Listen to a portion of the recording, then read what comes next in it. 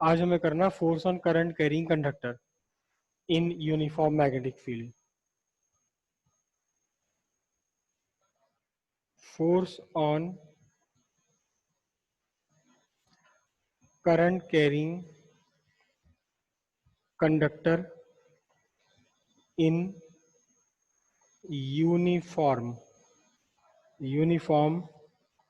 Magnetic field. Uniform magnetic field. तो अब समझते हैं इसे, सिंपल है बिल्कुल। एक ये कंडक्टर है, बड़ा सा कंडक्टर बना लिया मैंने, और इसका जो क्रॉस सेक्शनल एरिया है, ये इसका क्रॉस सेक्शनल एरिया है ए। ठीक है, और करंट का फ्लो चल रहा है इसमें, ये वाला लेंथ है इस कंडक्टर की एल। अब इसमें जब करंट का फ्लो आपने स्टेब्लिश कर दिया, करंट का फ्लो कैसे स्टेब्लिश होगा कि इसमें आप एक इलेक्ट्रिक फील्ड बना देंगे। आपने इसमें एक इलेक्ट्रिक फील्ड इंड्यूस कर दिया। कैसे इंड्यूस कर दिया कि इस कंडक्टर के एक सिरे को आपने पॉजिटिव कर दिया, दूसरे सिरे को आपने नेगेटिव कर दिया, तो यहाँ एक इलेक्ट्रिक फील्ड इंड्यूस हो गया, मोर पॉजिटिव से लेस पॉजिटिव की तरफ या पॉजिटिव से नेगेटिव की तरफ। ठीक है, अब इस कंडक्टर के अंदर जब इलेक्ट्रिक फील्ड आपने स्टैब्लिश कर दिया, एक इलेक्ट्रिक फील्ड ई वेक्टर यहाँ स्टैब्लिश हो गया, तो अब जो फ्री इलेक्ट्रॉन्स है इसमें, जो चलने फिरने के लिए फ्री हैं, वो फ्री इलेक्ट्रॉन्स चलने लगे from end at lower potential to the end at higher potential. Lower potential वाले सिरे से हायर पोटेंशियल वाले सिरे तक चलने लगे,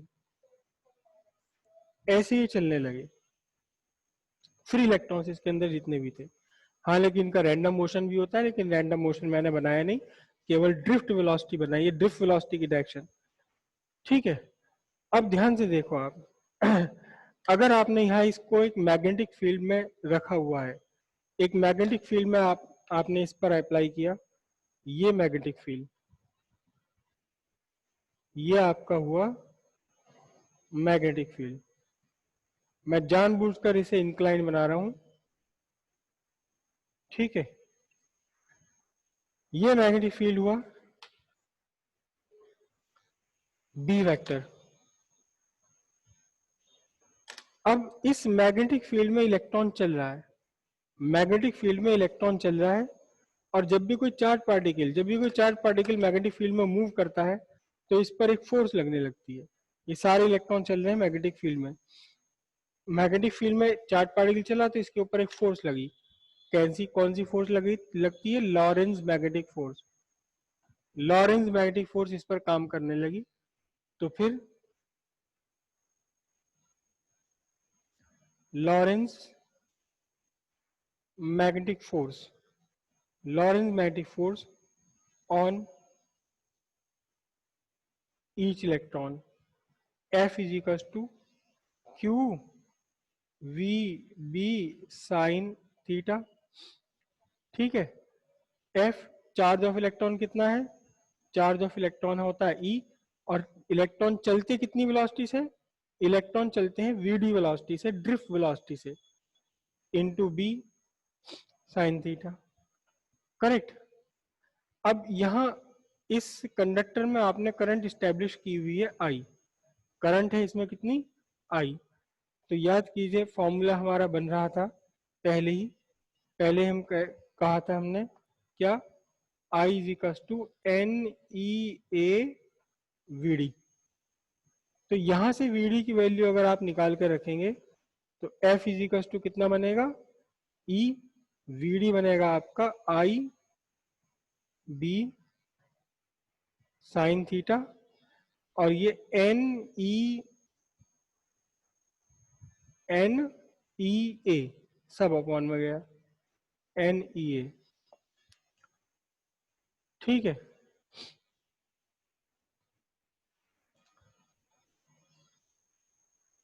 F is equals to E से E कैंसिल हो गया, I B sine theta divided by NA। ये फोर्स है एक इलेक्ट्रॉन पर लगने वाली फोर्स, सिर्फ एक इलेक्ट्रॉन पर लगने वाली फोर्स है I B sine theta upon NA। ठीक है, न्यूटन। अब ये तो फोर्स हमने फाइंड करी एक इलेक्ट्रॉन पर। अब ऐसे जितने भी इलेक्ट्रॉन हैं, फ्री इलेक्ट्रॉन्स हैं और चल रहे हैं, उन सभी पर फोर्स लगेगी। तो force on all the electrons, सारे इलेक्ट्रॉन्स पर लगने वाली फोर्स क्या होगी?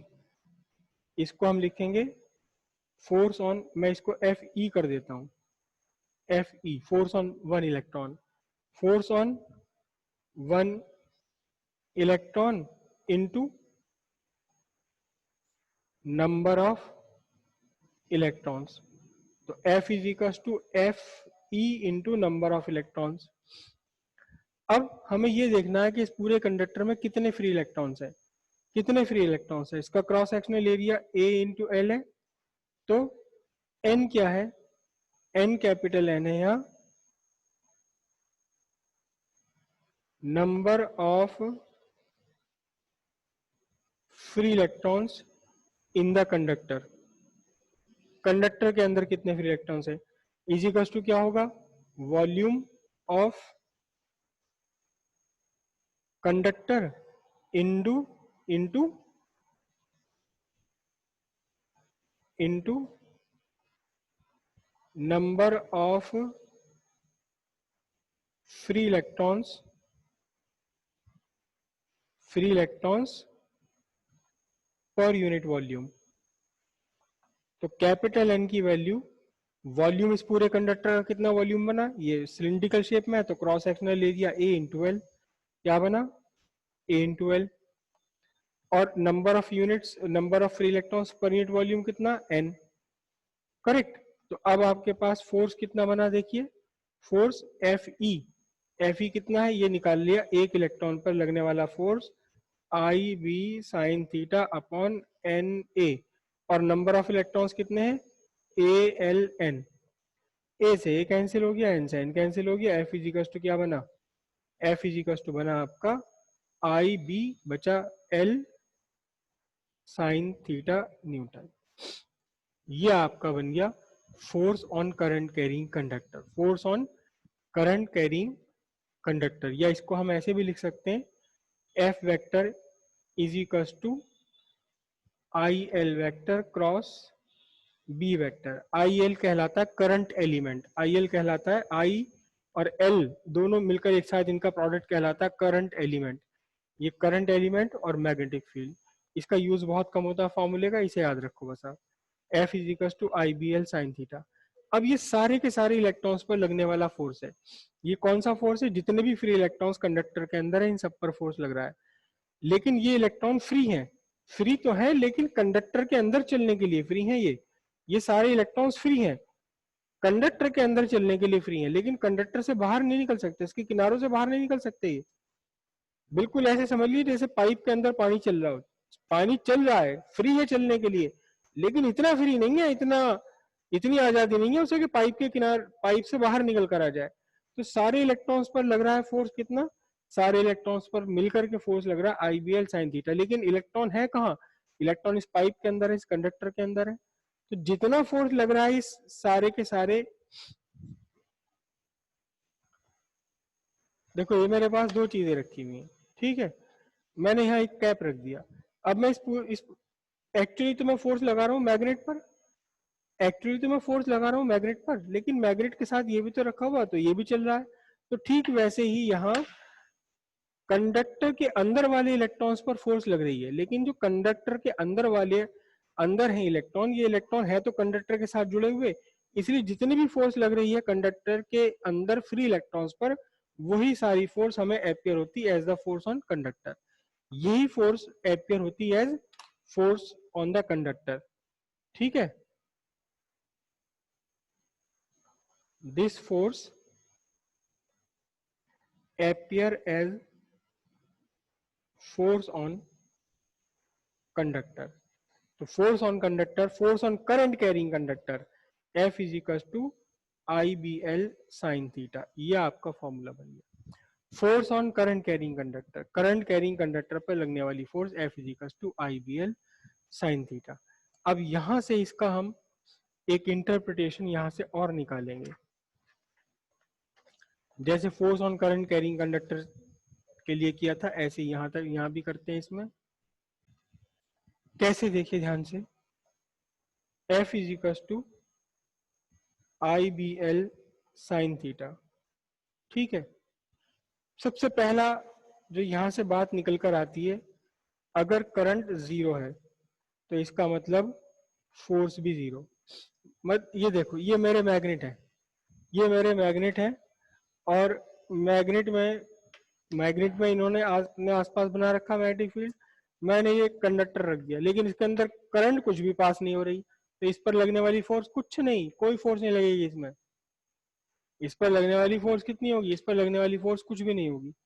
तो अगर कंडक्टर है, मैग्नेटिक फील्ड भी है, कंडक्टर भी है, लेकिन कंडक्टर में करंट नहीं है, तो कोई जी फोर्स नहीं लगेगी। ठीक है, इसके बाद सेकंड जो किस्सा यहां से निकल कर आया है, अगर बी जीरो होगा तो कोई फोर्स लगेगी नहीं, वो तो वही की वही बात है। बी जीरो होने का मतलब तो जो आप रसगुल्ले के अंदर चीनी डाल ही नहीं रहे तो मीठा कैसे होगा, तो ये तो हम बात इर्रिलेवेंट है बिल्कुल।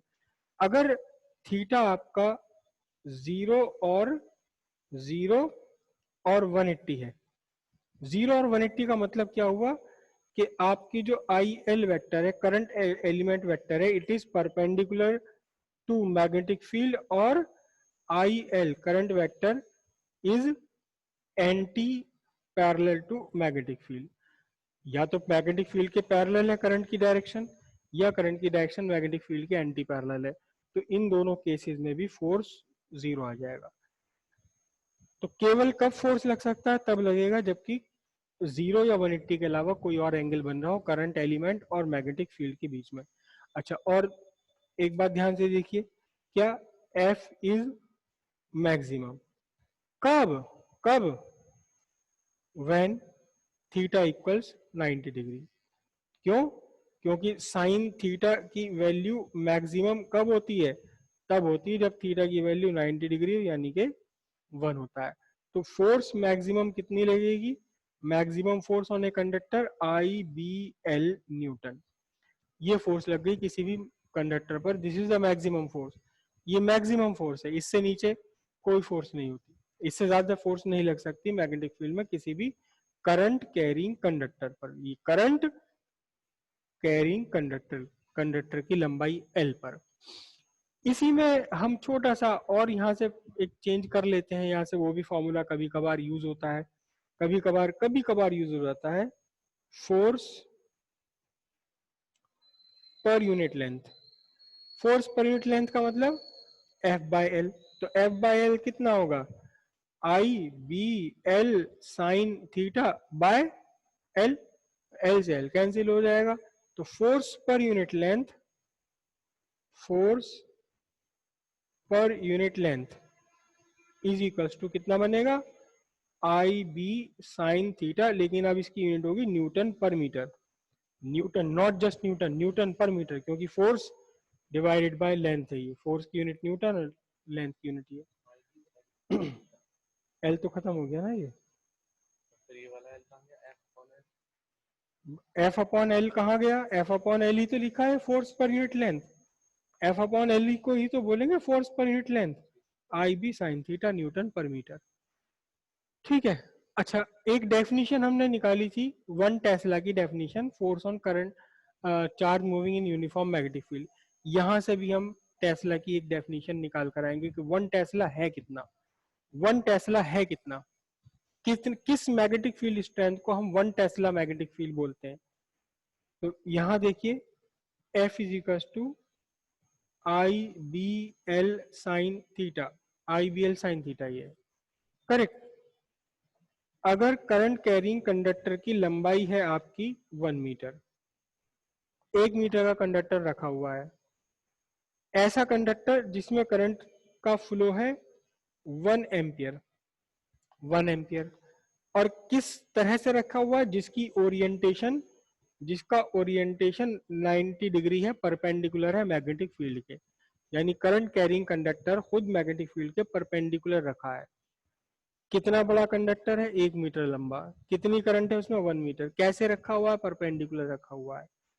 और इत्तेफाक से, by the way, by the way इस पर लगने वाली फोर्स 1 न्यूटन है। हमेशा 1 न्यूटन होगी जरूरी नहीं है, लेकिन बाय द वे अगर 1 न्यूटन फोर्स लग रही है, किस पर लग रही है? 1 मीटर लंबे करंट कैरिंग कंडक्टर पर जिसमें करंट है 1 एम्पियर, जो रखा हुआ है मैग्नेटिक फील्ड के परपेंडिकुलर। अगर इसके ऊपर लॉरेंस मैग्नेटिक फोर्स 1 न्यूटन की है, तो बस सीधी बात है, जिस मैग्नेटिक फील्ड में रखा हुआ वो मैग्नेटिक फील्ड 1 टेस्ला है। जिस मैग्नेटिक फील्ड में ये रखा हुआ वो 1 टेस्ला है। तो 1 tesla is the magnetic field in which a current carrying conductor carrying 1 ampere of current kept perpendicular to magnetic field experience 1 Newton of force per unit length per meter length of the conductor. 1 Tesla is that magnetic field. 1 Tesla वो magnetic field है जिसमें 1 ampere की current चलाता हुआ एक conductor magnetic field के perpendicular रखा हुआ एक्सपीरियंस करता है 1 न्यूटन की फोर्स 1 मीटर लेंथ पर, 1 न्यूटन की फोर्स पर मीटर लेंथ पर। ठीक है, 1 Tesla is the magnetic field in which a current carrying conductor carrying current 1 ampere kept perpendicular to magnetic field experience 1 Newton of force per meter length of it. तब जिस magnetic field में रखा हुआ उसे हम कहेंगे 1 टेस्ला का magnetic field है ये। किसी को कोई प्रॉब्लम? मेटेलिक कंडक्टर, इस कंडक्टर का क्रॉस सेक्शनल एरिया ए है, लेंथ इस कंडक्टर की एल है, एक साइड आपने इसे पॉजिटिव टर्मिनल ऑफ बैटरी से जोड़ा हुआ है, दूसरा side negative terminal of battery से जोड़ा हुआ है। तो कंडक्टर के अंदर एक इलेक्ट्रिक फील्ड स्टैब्लिश हो गया, कहाँ? पॉजिटिव से नेगेटिव की तरफ, जो मैंने ग्रीन पेन से यहाँ बनाया हुआ है। इस इलेक्ट्रिक फील्ड के इन्फ्लुएंस से सारे के सारे इलेक्ट्रॉन चलने लगते हैं, कहाँ? From lower potential to higher potential. उल्टा सा लगता है सुनने में ये, लेकिन इलेक्ट्रॉन है निगेटिवली चार्ज है, इसलिए लोअर पोटेंशियल से हायर पोटेंशियल की तरफ चलते हैं। लोअर पोटेंशियल से हायर पोटेंशियल की तरफ चलते हैं, कितनी वेलोसिटी से चलते हैं? इसमें से हर एक इलेक्ट्रॉन चलता है वेलोसिटी vd, ड्रिफ्ट वेलोसिटी से चलता है, जिसे हम अब फिलहाल डिस्कस नहीं करेंगे। तो एक इलेक्ट्रॉन से, अब इस पूरे कंडक्टर को आपने एक मैग्नेटिक फील्ड में रख दिया, मैग्नेटिक फील्ड कितना? v वेक्टर है। अब इलेक्ट्रॉन से इलेक्ट्रॉन मैग्नेटिक फील्ड में चल रहे हैं, तो चार्ज पार्टिकल, चलता हुआ चार्ज पार्टिकल, मैग्नेटिक फील्ड में चलता हुआ चार्ज पार्टिकल एक फोर्स एक्सपीरियंस करता है, लॉरेंस मैग्नेटिक फोर्स, कितनी? Q V B sine theta. यहाँ हर एक पार्टिकल चार्ज है, इलेक्ट्रॉन है तो उस पर चार्ज है ई, और पार्टिकल की इलेक्ट्रॉन की वेलोसिटी कितनी? वीडी, मैग्नेटिक फील्ड बी में रखा हुआ, थीटा डिग्री पर रखा हुआ है। तो यहाँ से मैंने वीडी को सब्स्टिट्यूट कर दिया, वीडी था I equal N E A VD, ये पहले ही हम फॉर्मूला ड्राइव कर चुके हैं। तो यहाँ से करंट इलेक्ट्रिसिटी में कर चुके थे, तो V D is to I upon N E A, I upon N E A रख दिया, वीडी को उठाकर, ई रहा, बी रहा, साइन थीटा रहा, वीडी की जगह आई अपॉन एन ई ए। यहां से आपका ए से, सॉरी ई से ई कैंसिल हो गया, न्यूटन। ये फोर्स आ गई एक इलेक्ट्रॉन पर, फोर्स ऑन सारे इलेक्ट्रॉन्स पर फोर्स निकालने के लिए force on 1 electron into number of electrons, इसके अंदर जितने भी नंबर ऑफ इलेक्ट्रॉन्स है, कितने इलेक्ट्रॉन्स है इसके अंदर? Not electrons, free electrons, number of free electrons. इसे हम फाइंड करेंगे volume, volume of the conductor into number of free electrons per unit volume, number of free electrons in the conductor कैसे find करेंगे? Volume of conductor into number of free electrons per unit volume. Number of free electrons per unit volume हम n से इस represent करते हैं, इसका conductor का volume हो गया cross sectional area into length al। ठीक है जी। अब force on all the electrons, force on all the electrons कितनी? Force on 1 electron into number of electrons.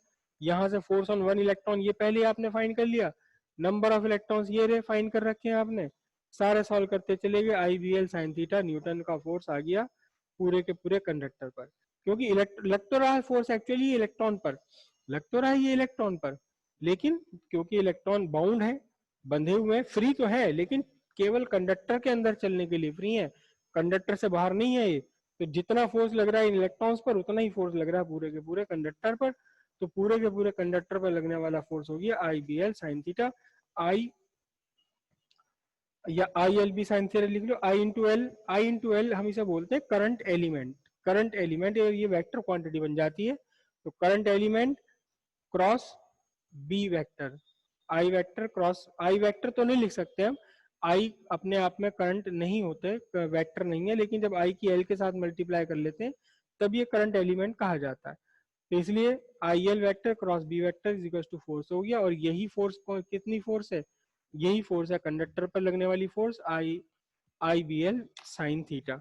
अब इस फॉर्मूले से हमने दो तीन चीजें जरा डिस्कस करनी है कि क्या क्या होता है। सबसे पहली बात तो ये बहुत ध्यान रखना, आगे भी यूज होगी बात ये, कि मैग्नेटिक फील्ड में अगर कोई कंडक्टर रखा हुआ लेकिन उसमें करंट नहीं है तो कोई फोर्स उस पर नहीं लगने वाली, लॉरेंस मैग्नेटिक फोर्स नहीं लगेगी। बाकी फ्रिक्शन फोर्स लग जाए, ग्रेविटेशन फोर्स लग जाए, ऐसी फोर्स लग जाए, वैसी फोर्स लग जाए, लॉरेंस मैग्नेटिक फोर्स जीरो रहेगी। अगर conductor parallel to magnetic field रखा हुआ है या एंटी पैरेलल रखा हुआ है, एग्जैक्ट एंटी पैरेलल या पैरेलल का मतलब क्या है, देखो ये आपका मैग्नेटिक फील्ड, ये आपका मैग्नेटिक फील्ड, ये मैग्नेटिक फील्ड, और इसमें करंट कैरिंग कंडक्टर यहाँ रखा हुआ है ऐसे बिल्कुल। करंट की डायरेक्शन या तो ऐसे चल रही है मैग्नेटिक फील्ड की डायरेक्शन, या इसके उल्टे चल रही है।